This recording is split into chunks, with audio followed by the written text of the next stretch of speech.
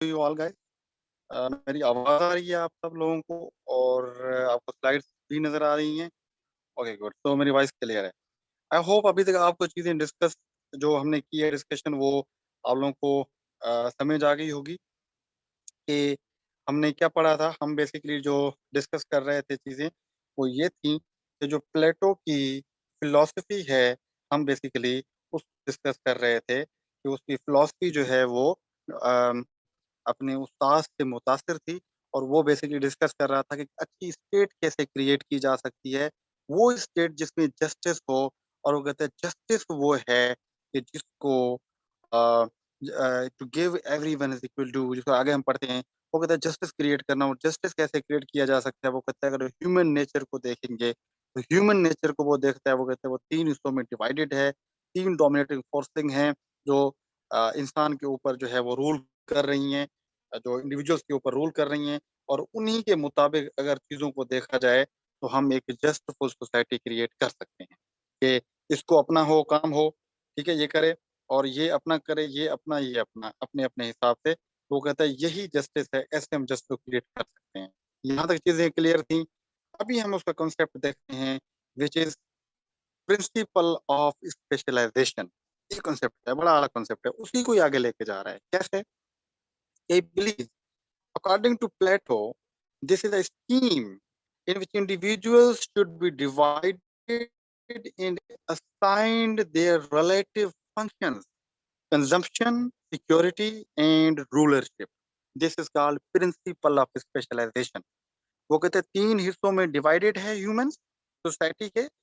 हर हिस्से को अपना काम देना चाहिए। शायद हम बात कर रहे थे कि वो जो 3 हिस्सों में डिवाइड कर रहा था, 3 सोसाइटी के 3 लोगों को, तो वो बिलीव करता है कि इन तीनों सेक्शंस को हर किसी को अपना काम देना चाहिए। एक काम कंज़म्पशन है जो एपेटाइट रखते हैं, आर्टिज़न्स हैं। दूसरे जो स्पिरिट रखते हैं, करेज रखते हैं, उनका काम सिक्योरिटी हो। और जो रीज़न रखती है, उनका काम रूलरशिप होना चाहिए, जिनको वो टॉप पे रख रहा है। Got it? वो उनको टॉप पे रख रहा है। Got it? तो वो उनको कह रहा है। तो यही बात वो कह रहा है, इसको वो प्रिंसिपल ऑफ स्पेशलाइज़ेशन कह रहा है कि हर तीनों सेक्शन है सोसाइटी के, हर इस हर सोसाइटी की अपनी नेचर है, उसको अपनी नेचर के हिसाब से जब हम काम दे देंगे, तो वो उसको वो फंक्शनल स्पेशलाइज़ेशन का काम कह रहा है, नाम दे रहा है। ये जो एपेटाइट रखते हैं, आर्टिज़न्स हैं, उनका काम है कंज़म्पशन, वो चीज़ें प्रोवाइड करके देंगे, बस उनका यही काम है। जो करेज वाले हैं, उनका काम है सिक्योरिटी, वो सिक्योरिटी और एडमिनिस्ट्रेशन का काम सँभालेंगे बस। फिलॉसफर किंग जो रीज़न रखते हैं, उनका काम है रूलरशिप करना, हुकूमत वो सँभालें बस। ये फंक्शनल स्पेशलाइज़ेशन का कांसेप्ट है या प्रिंसिपल ऑफ स्पेशलाइज़ेशन का कांसेप्ट है। So and prevent from interfering each other's relative function, every individual should perform function according to class. ये कहता है भाई कोई किसी के काम में इंटरफेरेंस नहीं करेगा। आर्टिज़न का काम है कंज़म्पशन, कंज़म्पशन करनी है, मुल्क की मामलात नहीं सँभालने। फौजी हैं, आर्मी मैन हैं, एडमिनिस्ट्रेशन और सिक्योरिटी सँभालेंगे, वो रूलरशिप का काम नहीं सँभालेंगे। और जो रूलर्स बैठे हुए हैं टॉप पे, वो सिर्फ़ रूल करेंगे, उनका और कोई भी काम नहीं होगा। ये उसको नाम देता है फंक्शनल स्पेशलाइज़ेशन का, कि हर सेक्शन ऑफ सोसाइटी को जो 3 है उनको अपने-अपने काम देने चाहिए, वो अपने-अपने काम करेंगे। इसी तरीके से this principle is the base of Plato's idea of justice. यही उसका आइडिया ऑफ जस्टिस है। कैसे? Give everyone his equal due.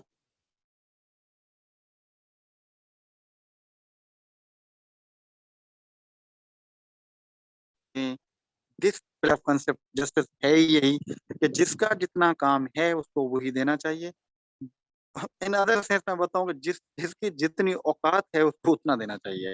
ये प्लेटो कहता है कि आर्टिज़न्स की औकात यही है कि वो कंज़म्पशन करें बस, वो उनकी इतनी अक्ल ही नहीं है वो दूसरे काम करें, तो उनको वही दें। आर्मी मैन है, उनका काम है सिक्योरिटी और एडमिनिस्ट्रेशन सँभालना, वही सँभालेंगे। रूलर्स का काम है मुल्क के मामला सँभालना, वो वही सँभालेंगे। That's it. वो कहते हैं यही जस्टिस है। This is justice. This is the concept of justice by the Plato. तो वो मज़ीद कैसे कहता है, इसी कांसेप्ट को लेके जाता है और वो कांसेप्ट क्या है उसका? दिस कांसेप्ट इज़ ये जो कांसेप्ट है उसका वो कंसेप्ट है कि भाई किसी को ही मैं जो पहले बार-बार बता रहा था, वो क्या है? वो कहता है कि Plato defined justice as give everyone his due, means every individual should be given the particular task for which he is best qualified, artisan, army and the ruler. ये जस्टिस है, वो कहता है। हर इंसान को yes, we will go Abdurrahman, हम इसी के ऊपर ही आएँगे आगे, ठीक है? इसके ऊपर ही आएँगे। तो वो कहता है give everyone is equal to, यही जस्टिस है। यानी कि आप आर्टिज़न को आर्टिज़न का काम दें, आप जो है आर्मी मैन को उसका काम दें और रूलर को वही काम दें।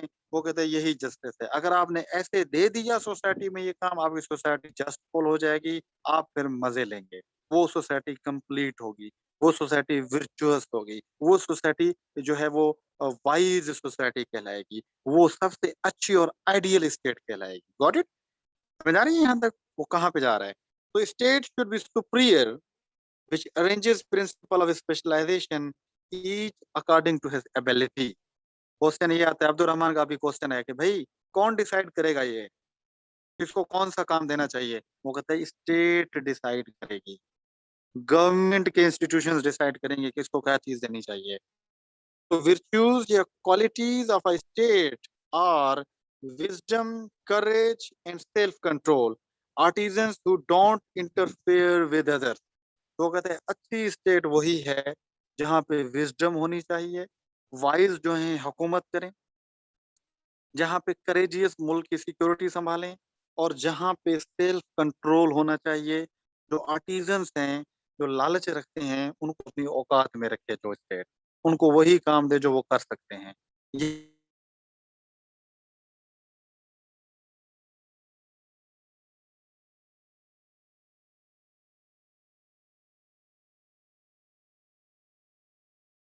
यही क्लियर है? अगर यहाँ तक क्लियर है तो विषय है और प्रिंसिपल ऑफ फंक्शनल स्पेशलाइजेशन क्या है उसका और आइडिया ऑफ जस्टिस क्या है उसका। यहाँ तक चीज़ें क्लियर हैं? Please do let me know, हम आगे चलें।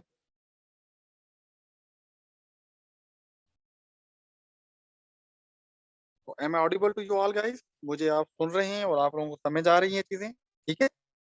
Okay, good, good. जी, idea of justice, give everyone his equal due. और लास्ट पॉइंट ये है, जी, लास्ट पॉइंट ये है कि जो क्वालिटीज़ हैं, वो कहते हैं कि अच्छी स्टेट कौन-सी होती है? वो कहते हैं अच्छी स्टेट वो होती है जिसमें थोड़े से लोग हों, वाइज़ लोग हों, जो हुकूमत करें। उससे थोड़े जो उससे ज़्यादा लोग हों, जो करेजियस हों, वो मुल्क की सिक्योरिटी सँभालें। और जो दूसरे लोग हों कंज़म्पशन के काम करें और वो सेल्फ कंट्रोल रखें। वो इतना कंट्रोल हो उनके पास कि वो करेजियस काम भी ना करें, वो हुकूमत भी ना करें।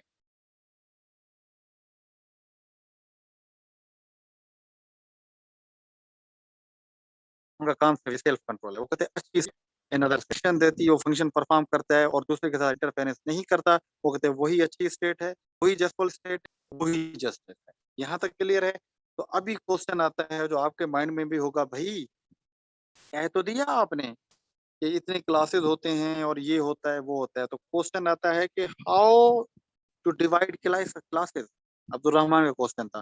क्लास कैसे डिवाइड किए जाएँगे? कैसे पता चलेगा कि ये लोग आर्टिज़न्स हैं? वो कोई उस दौर में ये तो नहीं था ना कि मशीन ली जाए भई, हाँ, सामने रखेंगे, अच्छा ये आप आर्टिज़न हो, चलो निकलो। अच्छा ये आप कर्ज वाले हो, अच्छा आप इस तरफ हो जाओ। अच्छा आप में बड़ा रीज़न है यार, आप हुक्मरान बन सकते हैं। वो तो सीन नहीं था ना उस टाइम पे। तो वो उसको भी कहता है, तो वो क्लासेस कैसे डिवाइड होंगे? तो वो क्लासेस को डिवाइड करने के लिए भी अपनी वो फिलॉसफी करता है, ने उसको वो नाम देता है एजुकेशन इन रिपब्लिक या द थ्योरी ऑफ एजुकेशन। यही वो थ्योरी है जिसके ज़रिए वो डिवाइड करेगा 3 क्लासेस को। यहाँ से पता चल जाएगा आप लोगों को कि अच्छा ये एपेटाइट रखने वाला है, ये करेज वाला है और ये हुक्मरान बन सकता है। तो उसको वो एजुकेशन इन रिपब्लिक की बात करता है, वो कांसेप्ट देता है। ये कांसेप्ट क्या है, बड़ा खूबसूरत कांसेप्ट है। He says he favoured public education instead of private. बड़ा आला बात है इसकी। हालाँकि वहाँ पे एथेंस में प्राइवेट एजुकेशन होती थी, ठीक है? वहाँ पे बड़े लोग जो थे वो अलग-अलग अपने स्टूडेंट्स को पढ़ाते थे। और और जो क्या कहते हैं, गरीब लोग थे वो बेचारे साइड पे रहते थे, बट इसने कहा कि नहीं, स्टेट सबको बराबर एजुकेशन देगी, सारे साथ पढ़ेंगे, गरीब अमीर का बच्चा साथ पढ़ेगा। फिर वो कहते हैं कि welfare of the state depend upon better education of its citizen. वो कहता है जितनी ज्यादा अच्छी एजुकेशन देगी स्टेट, वो इतनी ज्यादा बेहतर स्टेट होगी, जो वो स्टेट सजेस्ट कर रहा है। अच्छी एजुकेशन, स्टेट, क्योंकि वहाँ सिटीजन अच्छे निकलेंगे। तो he paid special attention to the women education. याद रखिएगा, पहला फेमिनिस्ट है भाई प्लेटो। आप मजाक समझ रहे हैं प्लेटो को, ये कोई खलीलुर रहमान थोड़ी है। खलीलुर रहमान की झलक आपको अरिस्टोटल से नजर आएगी, by the way. Just I am joking, ठीक है, कल पढ़ेंगे ना अरिस्टोटल, आपको पता चलेगा। But he is feminist. वो कहता है नहीं, ये बड़ा अल्ट्रा फेमिनिस्ट है। वो कहता है कि paid special attention to the women education.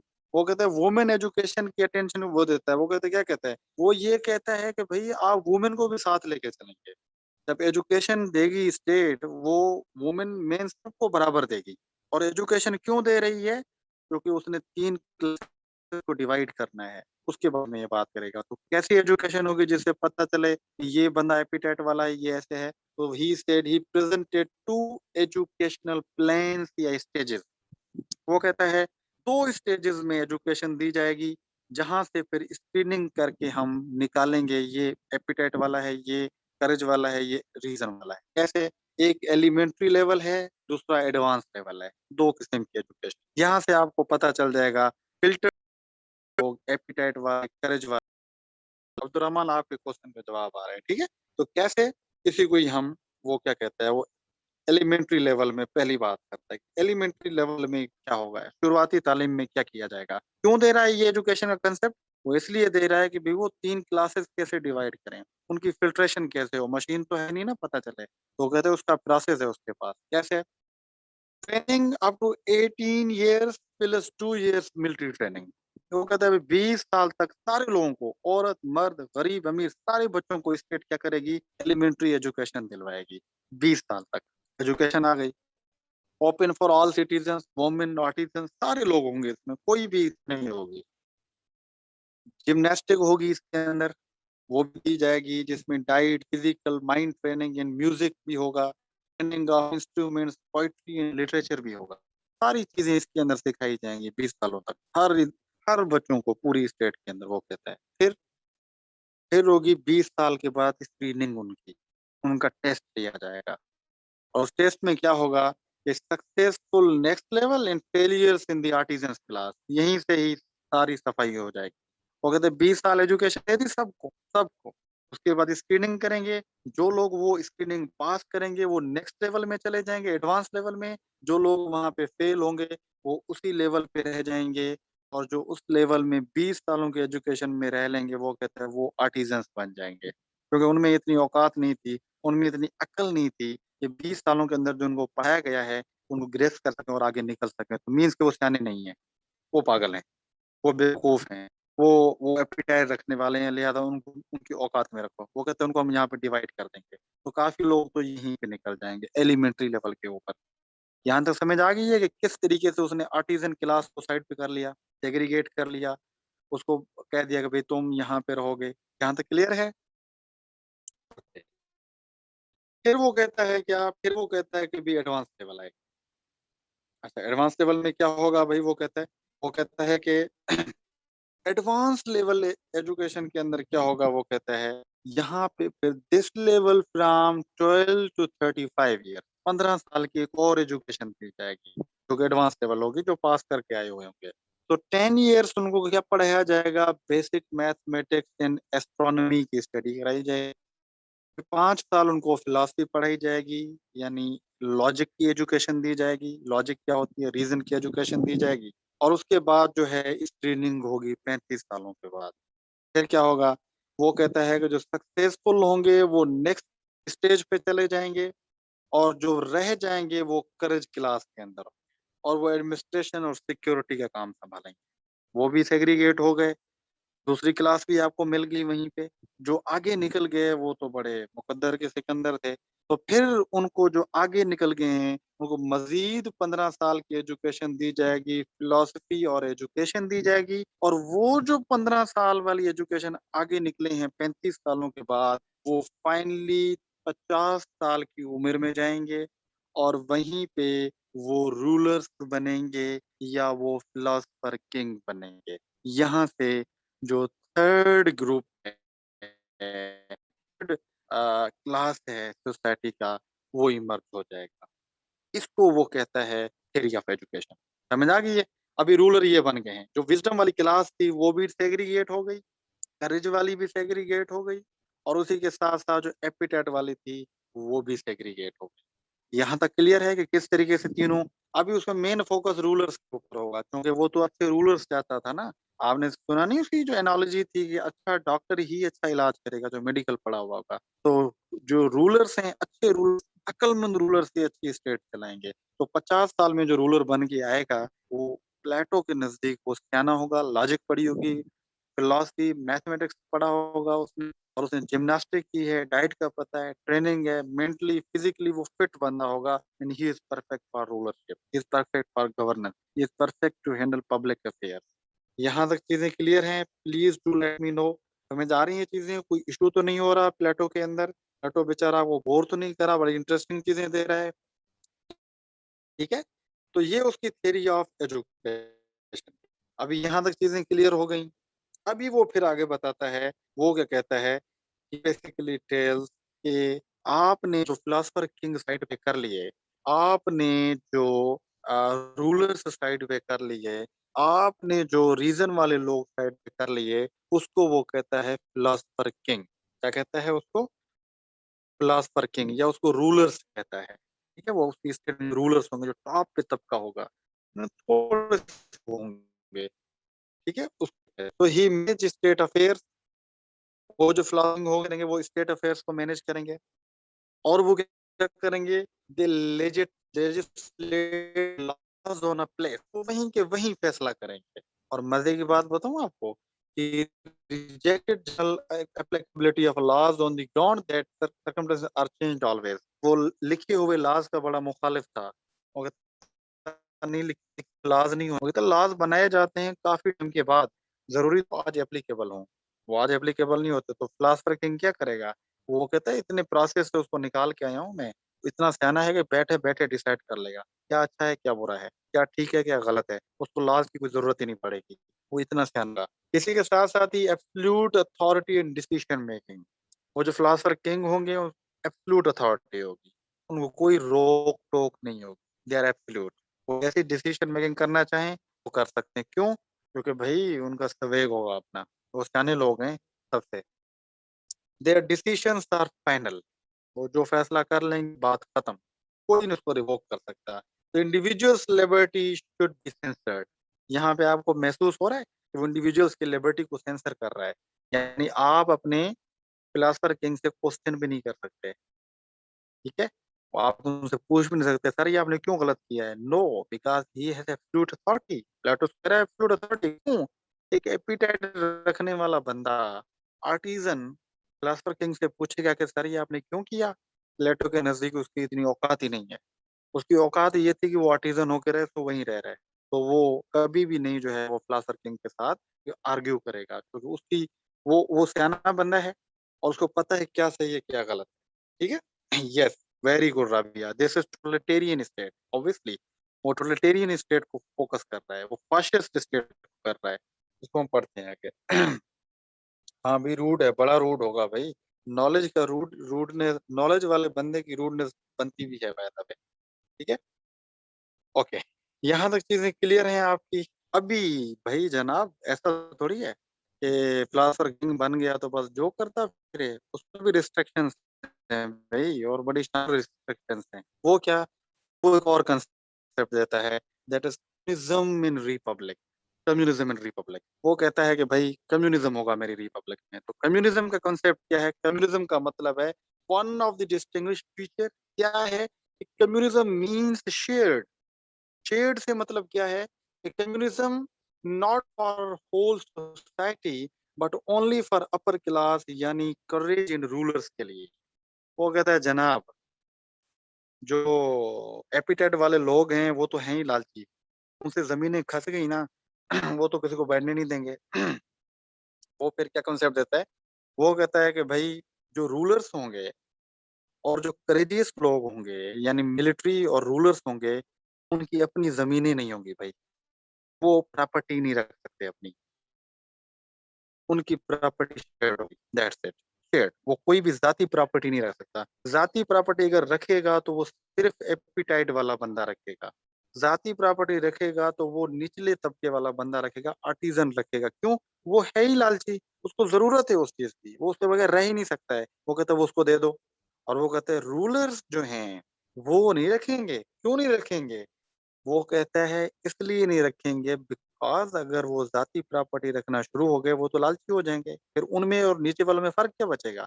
इस वज़ह से उनको सेंसर कर रहा है प्रॉपर्टी में। एक कम्युनिज़्म से ये मतलब है, वो कहता है कम्युनिज़्म में ये मतलब है, वो कहता है भई फैमिली भी सबकी सेम ही होगी। किसी की अपनी अलग-अलग बीवी नहीं होगी नाम पे, किसी के बच्चा नहीं होगा अपने नाम पे, सारे कॉमन्स होंगे, शेयर्ड होंगे सारे, बीवी भी शेयर्ड है, बच्चे भी शेयर्ड हैं। सब शेयर्ड है फैमिली उनकी। सारे जो सिर्फ़ अपर क्लासेस के लिए है, लोअर के लिए नहीं।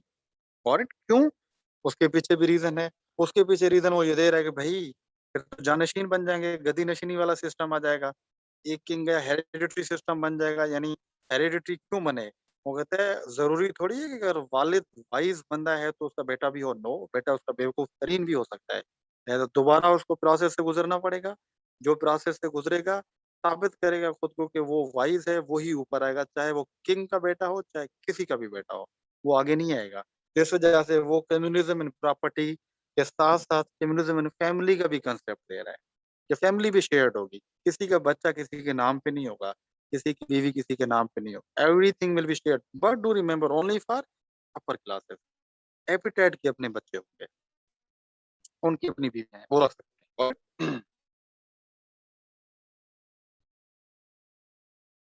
देखें, जो अच्छा इसी के बाद पे आते हैं, ये जो आपका क्वेश्चन है ना ये एनोमली है इसके अंदर, ये आपका बड़ा वैलिड क्वेश्चन है। इसके आंसर उस बेचारे ने खुद भी नहीं दिया है, उसने खुद भी नहीं सोचा था। वो एमी मैंने कहा ना कि इसकी नॉर्मेटिव अप्रोच है, तो वो बैठे में तो छोड़ रहा है। ऐसा होना चाहिए बस, उसको लग रहा है ऐसा होना चाहिए तो बस ऐसा होना चाहिए। ठीक है? यहाँ तक चीज़ें क्लियर हैं आपकी कि क्या है? तो इसी तरीके से मैंने बताया कि कम्युनिज़्म एंड प्रॉपर्टी के बारे में भी मैंने आपको बताया कि भई only artisan should possesses property because they have instinct, nature है उनकी भी प्रॉपर्टी रखना, लालच उनकी, वो रखेंगे। Upper classes should not hold it because they become greedy and fulfil their own interest. वो फिर लालची बन जाएँगे। उनमें और ऊपर वालों में फ़र्क नहीं बचेगा। तभी वो सेंसर कर रहे हैं प्रॉपर्टी रखने से अपर क्लासेस को। Resultantly order and balance of society can be destroyed. तो अगर अपर क्लास भी लालची हो गया, अपर क्लास भी लालच के पीछे पड़ गया, फिर तबाही हो जानी है, सोसाइटी का सारा ऑर्डर खराब हो जाना है वो कहते हैं। वो कहते हैं अपर क्लासेस कोई प्रॉपर्टी नहीं रखेंगे, लोअर क्लासेस प्रॉपर्टी रखेंगे क्योंकि उनकी ज़रूरत है। और फैमिली की बात है कम्युनिज़्म में, मैंने आपको यही भी डिटेल से बता दिया है, आपने देखी है अभी कि also for upper classes only, सिर्फ़ उनके लिए कम्युनिज़्म है फैमिली में, कि marriage not allowed to ruling class, कोई शादी नहीं कर सकता। Breeding system for offspring controlled by union, फिर उनके जो बच्चे पैदा होंगे वो कौन सँभालेंगे? वो कहते हैं वो यूनियंस बनाएँगी, नर्सेज़ होंगी वो सँभालेंगी, वो खुद नहीं सँभालेंगे। No parent child relationship, parent of all and children of all, that's it. कोई रिलेशन नहीं है, ये मेरा बेटा है, ये मेरा बेटा, नो, सबके बेटे हैं, जिसके भी होंगे। And abortion of unfit children in order to maintain the size and quality of state, वो कहता है जो अनफिट चिल्ड्रन है उसको एबॉर्ट करा दिया जाए, उसको साइड पे कर दिया जाए, अबॉर्शन होनी चाहिए उसकी। क्यों अबॉर्शन होनी चाहिए? भाई बेड़ा गर्क है ना, जहांगीर जनाब, फिर वो जहाँ पे फ़ायदे ले रहे हैं, इतने एन्जॉय कर रहे हैं, तो इतनी तो उनको भी थोड़ा रोज़ा रखना पड़ेगा ना, ठीक है? तो अबॉर्शन चिल्ड्रन का है क्योंकि वो कहते हैं सोसाइटी का बैलेंस बरकरार रहे, अगर ज़्यादा अनफिट बच्चे आ जाएँगे, सोसाइटी तबाह हो जाएगी। तो कहते हैं बैलेंस हो, तो अबॉर्ट कराना चाहिए, पॉपुलेशन प्रॉपर रहे, ज़्यादा नहीं होनी चाहिए। And it is because holding family and property can distract rulers from the state of affairs and knowledge, वो उसका रीज़न यही है, ठीक है? आर्टिज़न बच्चे खुद करेंगे। आर्टिजन्स के बच्चों के जो राइज है वो खुद करेंगे, उसका वो उनका अपना काम है। जो सिर्फ रूलर्स हैं उनके यूनियंस होंगी बनी हुई है, अलहदा वो राइज करेंगे, ठीक है उनको। तो क्यों ये मना कर रहे हैं उनको प्रॉपर्टी और फैमिली से? बिकॉज वो डिस्ट्रैक्ट हो जाएंगे, फिर वो उनको अपने बच्चों की अपनी प्रॉपर्टी की परवाह होगी, स्टेट अफेयर्स को वो साइड पे कर देंगे। अगर वो स्टेट अफेयर्स को साइड पे कर देंगे फिर वही बात होगी जो सोक्रेटिस के साथ हुई थी, ठीक है। यस बिल्कुल। अब्दुल नबी, ये आपका बिल्कुल वैलिड क्वेश्चन है। एक तो फिजिकल होता है, पता चल जाता है कोई लूला है, लंगड़ा है, वन फिट है। मेंटली कैसे है ये उसको भी नहीं पता था, ये उस पर ठीक बनती है, ठीक है। ओके, गॉट इट, यहाँ तक चीजें क्लियर है। गुड। तो ये चीज थी इसकी, यहाँ तक अगर आपको चीजें समझ आ गई हैं तो मुझे बताएं उसकी फिलॉसफी, फिर हम उसकी जरा अभी क्लास लेते हैं। प्लेटो की ये बड़ी बोल रहा था ना, जरा इसको देखते हैं। यहाँ तक चीजें क्लियर हैं आप लोगों की कि उसकी बेसिक फिलॉसफी क्या है, ठीक है, उसका कॉन्टेक्स्ट क्या था, अप्रोच क्या थी, और उसका कंसेप्ट ऑफ जस्टिस क्या है, वो ह्यूमन नेचर को कैसे डिवाइड करता है, और उस डिवीजन के बाद वो कैसे फंक्शनल स्पेशलाइजेशन का कंसेप्ट लाता है, और फंक्शनल स्पेशलाइजेशन के लिए वो एजुकेशन का कंसेप्ट देता है, एजुकेशन को दो हिस्सों में डिवाइड करता है, और उसके बाद जो है फिलोसफिंग बनता है, उसके फंक्शंस क्या होते हैं, और फिर जो है वो फिलोसफर किंग या अपर क्लासेस के लिए कम्युनिज्म का क्या कंसेप्ट है, कम्युनिज्म में जो है वो फैमिली कम्युनिज्म, प्रॉपर्टी का कम्युनिज्म क्या है, ये वो कहता है अगर ऐसे सोसाइटी हमारी चलती रही, वो कहते हैं ये जस्टफुल सोसाइटी होगी, ये नॉलेज की सोसाइटी होगी, या नॉलेज इज विर्चु, विर्चु इज नॉलेज वाला कंसेप्ट होगा। तो यहाँ पे सारे विर्चुअस लोग होंगे क्योंकि वो नॉलेजेबल होंगे, क्योंकि वो रीजन वाले होंगे, क्योंकि वो क्रीम बैठी होगी जो हुकूमत कर रही होगी स्टेट, ठीक है। यहाँ तक वो कंसेप्ट था। अब इधर आते हैं इसकी क्रिटिकल एनालिसिस के ऊपर। क्रिटिकल एनालिसिस का मतलब होता है आप जो है उसकी स्ट्रेंथ और वीकनेसेस को देखते हैं, हर एस्पेक्ट की स्ट्रेंथ और वीकनेसेस का देखना, उसको हम क्रिटिकल एनालिसिस कहते हैं, ठीक है। तो इसका भी क्रिटिकल एनालिसिस करते हैं क्या है। This is most important thing, आपसे पेपर में अक्सर यही चीजें पूछी जाती हैं। अच्छा, देखते हैं। Man is born unequal, so virtue is also relative, but it does not mean to ignore less virtuous. Plato keeps balanced approach। देखें ये बड़ा इसका प्लस पॉइंट है कि कैसे कैसे बड़ी बैलेंस अप्रोच रख रहा है। अगर वो एक तरफ से आर्टिजन्स को कमतर समझ रहा है, उसको प्रिविलेजेस कम दे रहा है, वो अफेयर्स नहीं संभालने दे रहा उसको, तो on and the other hand वो कम्युनिज्म के बारे में उनके ऊपर भी चेक लगा रहा है और इनको इजाजत भी दे रहा है। कितनी बैलेंस अप्रोच है कि जहाँ इनको जो है मना कर सेंसर कर रहा है, उसी तरीके से इनको इजाजत भी दे रहा है। ये उसकी बैलेंस अप्रोच है जो कि बड़ी खूबसूरती है प्लेटो की फिलॉसफी की। This is a very plus point, balance approach use कर रहा है।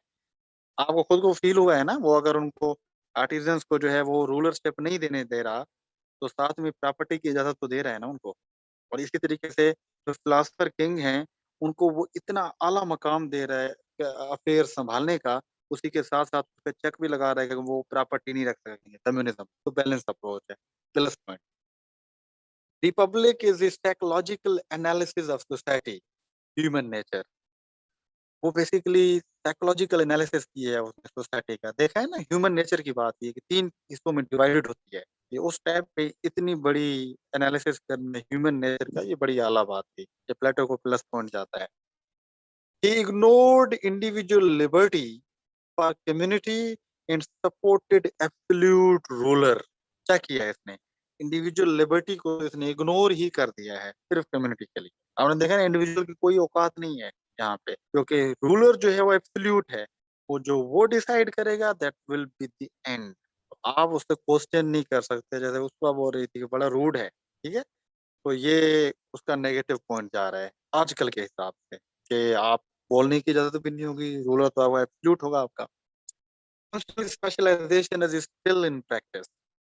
फंक्शनल स्पेशलाइजेशन आज भी हो रही है। आपने देखा नहीं है कि जुडिशरी अपना काम करेगी, एग्जीक्यूटिव अपना काम करेगी, लेजिस्लेचर अपना काम करेगी, ब्यूरोक्रेसी में भी यही चीज चलती है, स्पेशलाइजेशन होती है, फैक्ट्री का अपना काम होता है, लोअर लेवल का अपना काम होता है।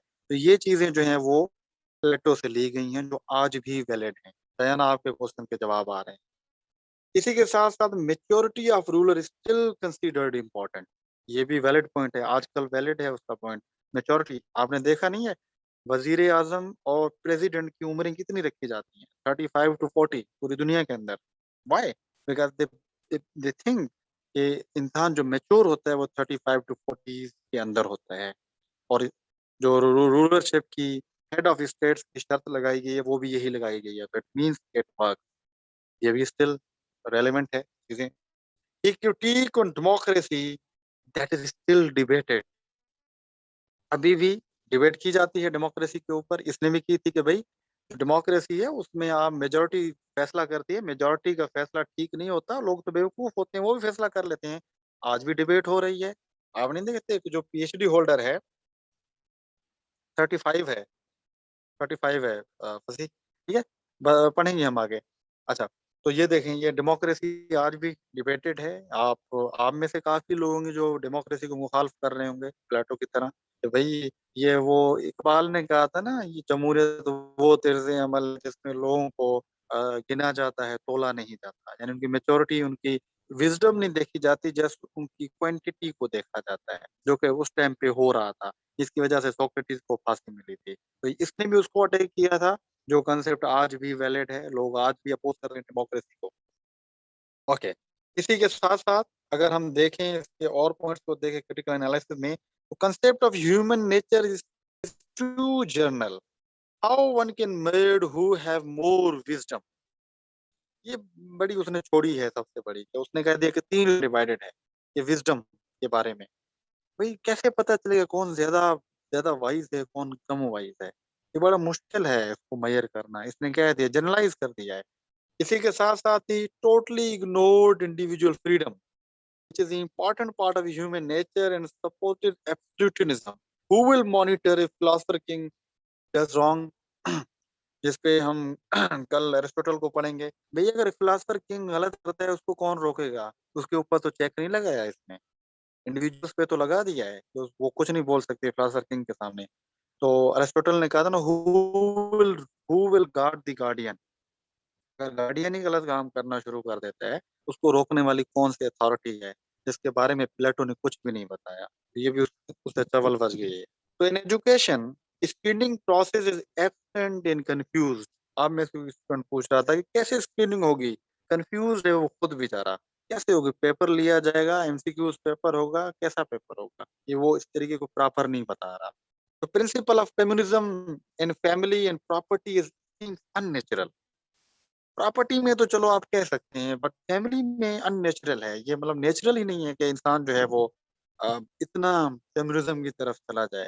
It seems very unnatural. May be suitable for small states, जिसका कॉन्सेप्ट है रिपब्लिक का, but it is not possible in today's complex populated and advance societies. आजकल की सोसाइटीज में ये वैलिड नहीं है इतना कंसेप्ट, वो जितना वो दे रहा है। चाइना में कैसे भी हम करेंगे इसको, इंडिया में कैसे होगा, इतनी बड़ी स्टेट्स हैं, रशिया में कैसे होगा? वो सिटी स्टेट, छोटी स्टेट्स होती थी, ये उनमें रहता था, उसके कॉन्टेक्स्ट में बातें बता रहा था। जरूरी नहीं है कि उसकी हर बात आजकल के कॉन्टेक्स्ट में कंप्लीट हो। ठीक है, जो चीज जो चीजें वो भी मैंने पसंद नहीं की जा रही, वो भी हमने देखा कि वो उसका कॉन्टेक्स्ट था अपना, उस कॉन्टेक्स्ट में उसने बात की थी।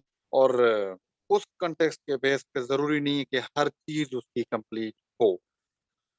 तो this is today's lecture. Debate थी जिसको हमने क्रिटिकली देखा कि कौन सी चीजें वैलिड हैं आजकल, कौन सी नहीं है। उसके स्ट्रॉन्ग और वीक पॉइंट, स्ट्रेंथ और वीकनेसेस फिलोसफी की देखी सारी। आई होप आप लोगों को समझ आई होंगी कि इसकी फिलोसफी क्या है। आपने समझा होगा इन चीजों को। अगर आपका कोई क्वेश्चन है तो आप क्वेश्चन मुझसे पूछ सकते हैं। And I hope you really enjoyed. No, हम मोहम्मद शहजाद हम उसको नहीं करेंगे, हम लॉज को और उसको स्टेटमेंट को डिस्कस नहीं करेंगे, क्योंकि वो उसकी फिलोसफी में ज्यादा नहीं आता। जो पूछा जाता है वो रिपब्लिक की पूछी जाती है, ठीक है। तो हम इसको डिस्कस करेंगे और यही किया है। उसके बारे में यही क्वेश्चन आता है जो मैंने आपको बताया है, कि उस रिपब्लिक में जस्टिस का कंसेप्ट क्या है, और क्या वो आजकल के रेलेवेंट है या नहीं है। या तो वो कहता है क्रिटिकल एनालाइज करें आप प्लेटो की रिपब्लिक को, तो आप यही चीज बताते हैं जो हमने चीजें पढ़ी हैं। तो आपको पता चला है ना आज पहली दफा मेरे ख्याल में, प्लेटो कोई इतनी बड़ी चीज नहीं है। हम देखेंगे आगे सबकी ऐसे करेंगे हम। तो उस टाइम पे बैठ के छोड़ते थे, अपने माहौल होता था, अपना सीन होता था सारा। तो ये चीज होती थी। ठीक है, ये सारी चीज है। यहाँ तक आई होप आप लोगों को जो है वो समझ आई होंगी चीज़ें। जी, मैं दिखा देता हूँ इसके वर्क्स के ऊपर। मेरे ख़्याल में किसी ने पूछा है मुझसे। ठीक है? ये उसकी जो किताबें हैं, आई डोंट नो किसने पूछा था। अगर किसी का क्वेश्चन है तो वो मुझसे क्वेश्चन जो है वो पूछ सकता है। If you have any question, और मैं इस बारे में ग्रुप में जो है वो रीडिंग भी सेंड कर देता हूँ आप लोगों को। ठीक है? डेली बेसिस पे इसका काम करें, नोट्स बनाएँ, और हर 6 क्लासेस के बाद हमारी जो है मैं आप लोगों से टेस्ट लूँगा, और किसी ने टेस्ट से भागना नहीं है, सबने लेनी है। ठीक है? तो चलें गाइज़, आई थिंक आपकी चीज़ें क्लियर हो गई होंगी सारी। अ, आप में से अगर किसी का क्वेश्चन है तो वो मुझसे क्वेश्चन पूछ सकता है, वो खुद को अनम्यूट करके। I am here to answer your questions if you have any.